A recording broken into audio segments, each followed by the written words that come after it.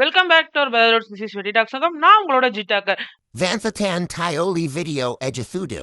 இந்த வீடியோல என்ன பார்க்க போறோம்னா, தமிழ்ல பார்த்த மாதிரி சவுத் ஆஃப் மிட் கேமோட ஃபுல் ரிவ்யூ தான். எப்போதும் போல சும்மா கேம் பிளே, அப்புறம் அதோட கிராஃபிக்ஸ், அப்புறம் அதோட ஸ்டோரி, அப்புறம் அதோட பாசிட்டிவ், நெகட்டிவ் அப்படின்னு சொல்லிட்டு எல்லாத்தையும் சும்மா பிரிச்சு பிரிச்சு பிரிச்சு பிரிச்சு வச்சிடுறேன்.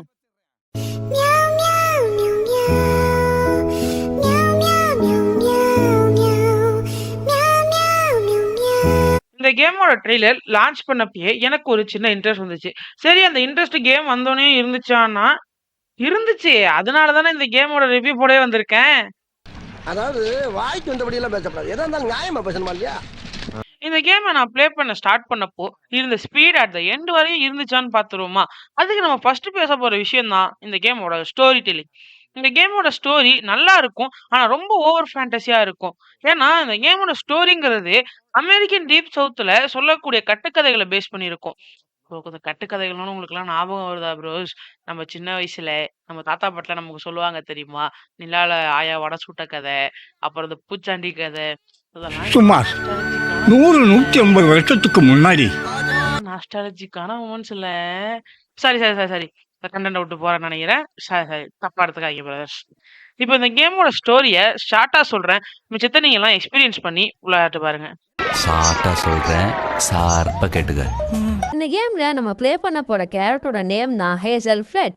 அன்னைக்கு ராத்திரி ஜோர்னு மழை பெய்ய ஹேசலும் அவங்க அம்மாவும் அவங்க வீட்டை காலி பண்ணிட்டு வேற ஊருக்கு போறதுக்கு எல்லாத்தையும் பேக் பண்ணி வச்சுக்கிட்டு இருக்கிறப்ப அவன் ஆசாசையாக வச்சு இந்த காஃபி மக்கு கீழே விழுந்த உடைய அதை க்ளூ போட்டு ஒட்டுறதுக்காக ஹேசலை பக்கத்து வீட்டுக்காரங்கள்ட்ட போய் க்ளூ வாங்கிட்டு வர சொல்ல, அந்த நேரம் பார்த்து அந்த மலைங்கிறது வெள்ளமாக மாறி பிடரியை பிடிச்சிக்கிட்டு போக, அந்த வெள்ளத்தில் ஹேசலோட வீடை அடிச்சுக்கிட்டு போக, ஹேசல் வீட்டை துரத்திக்கிட்டு போக, ஒரு நிலைமைக்கு அப்புறம் அவளால் அந்த வீட்டை துரத்த முடியாமல் போக, ஹேசலுக்கு என்ன பண்ணுறதுன்னு தெரியாமல் அவளை சுற்றிட்டு இருக்கிறப்ப தான், எப்படியாவது அம்மாவை கண்டுபிடிக்கணும்னு அலைஞ்சிக்கிட்டு இருக்கிறப்ப தான் அவளுக்கு வீவர் பவர் கிடைக்கிது. ஸோ ஒரு பவர் கிடைச்சாலே அப்படி தரித்திரமும் கூட வருங்கிற மாதிரி நிறைய வில்லங்கமான இன்னும் சேர்ந்து வரானுங்க.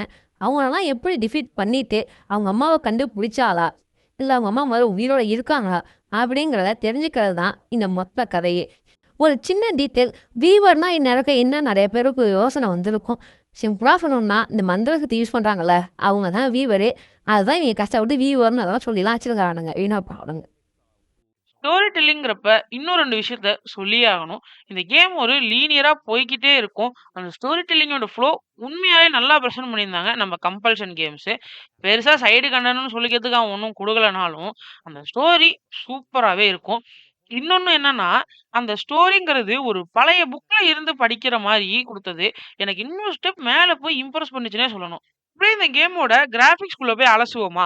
இந்த கேம்ல எதை பத்தி பேசினாலும் பேசலனாலும் இந்த கேமோட கிராஃபிக்ஸை பத்தி கண்டிப்பா பேசியே ஆகணும். ஏன்னா இந்த கேமோட யூனிக்னஸே அந்த கிராஃபிக்ஸ் தான். இந்த கேமை பார்த்த எல்லாருக்கும் அடுத்த நிமிஷமே தெரிஞ்சிருக்கும் இந்த கேம் எந்த ஆர்ட் ஒர்க்கையும் கிராஃபிக்ஸையும் பேஸ் பண்ணி இருக்குன்னு.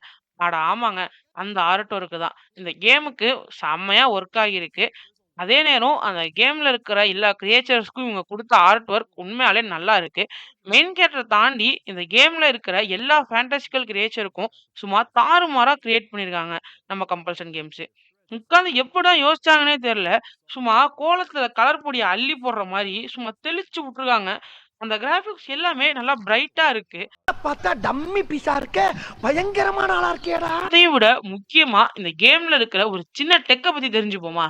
இந்த கேம்ல யூஸ் பண்ணிருக்க டெக் தான் ஸ்டாப் மோஷன் அனிமேஷன். இந்த ஸ்டாப் மோஷன் அனிமேஷன் பத்தி நிறைய பேருக்கு தெரிஞ்சிருக்கும். அதே மாதிரி நிறைய பேருக்கு இது ரொம்ப பிடிச்ச ஃபேவரட்டான அனிமேஷன் ஸ்டைலாகவும் இருந்திருக்கும். ஈவன் எனக்குமே இது ரொம்ப பிடிச்ச அனிமேஷன் ஸ்டைலு. இந்த ஸ்டாப் மோஷன் பத்தி தெரியாதவங்களுக்கு இதை ஷார்ட் அண்ட் ஸ்வீட்டா நான் சொல்றேன். பொதுவா அனிமேஷன்ங்கிறது பேப்பர் பென் எடுத்துட்டு அதை ஸ்கெட்ச் பண்ற மாதிரியோ இல்லைன்னா கம்ப்யூட்டர்ல டிசைன் பண்ற மாதிரியோ இல்லாம இதுல என்ன பண்ணுவாங்கன்னா போட்டோ எடுப்பாங்க. ஆமாங்க. ஒரு ஆப்ஜெக்ட் இல்லன்னா அவ்வளோலாம் வேணாம். ஈஸியா சொல்றேன். இப்போ ஒரு கேரக்டர் இருக்குன்னா, அத ஒரு கிளேல மேட் பண்ணுவாங்க. ஆமா, நம்ம சின்ன வயசுல விளையாடுவோம்ல, இந்த ஸ்டார் பொம்மைன்னு செஞ்சு கிளேல. அந்த கிளேவ யூஸ் பண்ணி ஒரு கேரக்டர மேட் பண்ணுவாங்க. அந்த கேரக்டர மூவ் பண்ணி ஃபோட்டோ எடுத்து அத மெர்ஜ் பண்ணி உருவாக்கப்படுற அனிமேஷன் ஸ்டைல் தான் ஸ்டாப் மோஷன். நீங்க கேட்கலாம், "இத எதுக்குடா உட்காந்து இப்படிலாம் கஷ்டப்படணும்? இத டீசென்ட்டா உட்காந்து கம்ப்யூட்டர்ல டிசைன் பண்ணிட்டு போயிரலாமேன்னு." ஆனா ஸ்டாப் மோஷன் மேக் பண்ணும்போது ஒரு மாரி இருந்தாலும், அதோட ஃபைனல் அவுட்புட்ங்கிறது சும்மா தடாலடியா இருக்கும்.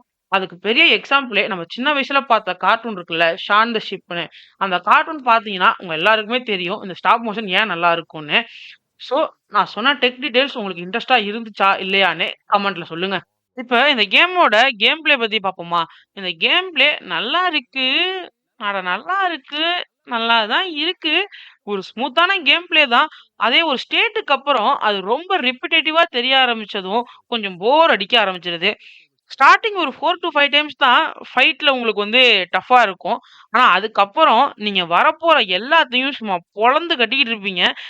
இதுக்கு மேல இந்த கேம் பிளேல பேசுறதுக்கு ஒண்ணும் இல்ல. இப்போ நெகட்டிவிட்டிய பரப்புவோமா?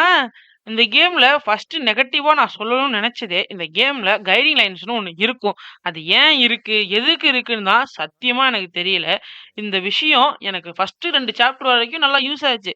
சரி அதுக்கப்புறம் நல்லா சுத்தி சுத்தி எக்ஸ்ப்ளோர் பண்ணி பார்ப்போமேன்னு பார்த்தா, எங்கிட்டு சுத்தி பார்த்தாலும் 4 சந்து தான். அந்த 4 சந்தும் முட்டு சந்து தான். இதுக்கு எதுக்கு இவிங்க கைடிங் லைன்ஸ் குடுக்குறாங்கன்னு தான் எனக்கும் தெரியல. இது பெரிய ஓப்பன் வேர்ல்ட் கேமா நெனச்சுக்கிட்டாய்ங்க போல. அப்புறம் இன்னொரு விஷயமும் இருக்கு. இந்த கேம்ல பாஸ் ஃபைட்ஸ்க்கு கீழ இருப்பாங்கல்ல, அல்லுசிலுங்கலாம். சரி இவங்கலாம் ஃபர்ஸ்ட் 2 சாப்டர் மட்டும் தான் உங்களுக்கு ஃப்ரெஷ்ஷா இருப்பானுங்க. அதுக்கப்புறம் மறுக்கா மறுக்கா இவங்களே தான் வந்துகிட்டு இருப்பானுங்க. அவைங்க மியூஸ் உங்களுக்கு தெரிஞ்சதுக்கு அப்புறம், அவங்க உங்களுக்கு எப்படி தெரியுமா இருப்பாங்க? அப்படிதான் இருக்கும். இந்த கேமுக்கு இத தாண்டி பெருசா குறைன்னு சொல்லிக்கிறதுக்கு எதுவும் இல்ல. இப்போ உங்க கிட்ட இருக்கிற பெரிய சந்தேகமே, இப்ப இந்த கேம நாங்க வாங்கி விளையாடலாமா? அப்படிங்கிறது தான். அதுக்கு நான் ஹானஸ்ட்டா சொல்லணும்னா, இந்த கேம காசு குடுத்து கண்டிப்பா வாங்காதீங்க. ஏன்னா Steamல பார்த்தீங்கன்னா, இந்த கேம் கிட்டத்தட்ட ரூ. 1800 வருது. Xbox சைட்ல போய் பார்த்தா ரூ. 2200 போட்டிருக்கான். இதுக்கு நீங்க இவ்வளோ காசு குடுத்துலாம் இந்த கேம வாங்கி விளையாடாதீங்க. அதுக்கு பெசான்ட்டு Xboxல ஒரு ரூ. 500 குடுத்து ஒரு மாசத்துக்கு சப்ஸ்கிரிப்ஷன் போட்டீங்கன்னா, இந்த கேம் மட்டும் இல்லாம இன்னும் 2, 3 கேம்ஸ ப்ளே பண்ணி முடிச்சிரலாம். காசு மிச்சம் தானே! ஸோ, இதோட இந்த கேமோட ரிவ்யூ முடியுது. Now I am signing off from our brotherhoods and வெட்டி டாக் சங்கம். இன்னொரு ரிவ்யூல மீட் பண்ணுவோம். அதுவரைக்கும் எல்லாரும் போய் கேம் ப்ளே பண்ணுங்க. என்ஜாய் பண்ணுங்க.